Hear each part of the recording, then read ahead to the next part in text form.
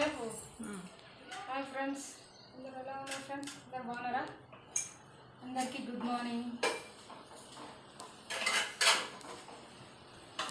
రండి చూపిస్తా ఏం చేస్తున్నాను. ఇదిగో బ్రెడ్ శాండ్విచ్ చేస్తున్నానండి.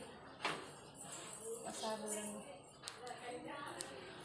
బ్రెడ్ని సగానికి కోసుకోవాలి. ఇలా కోసుకొని ఇలా ఫ్రిడ్జ్ మీద వేసుకోవాలి. కొంచెం వేడెక్కాలి. కొంచెం వేడెక్కిన తర్వాత ఇది క్యాబేజీ కర్రీ. క్యాబేజీ కర్రీ దీంట్లో పెట్టుకోవడానికి అనమాట. దీంట్లో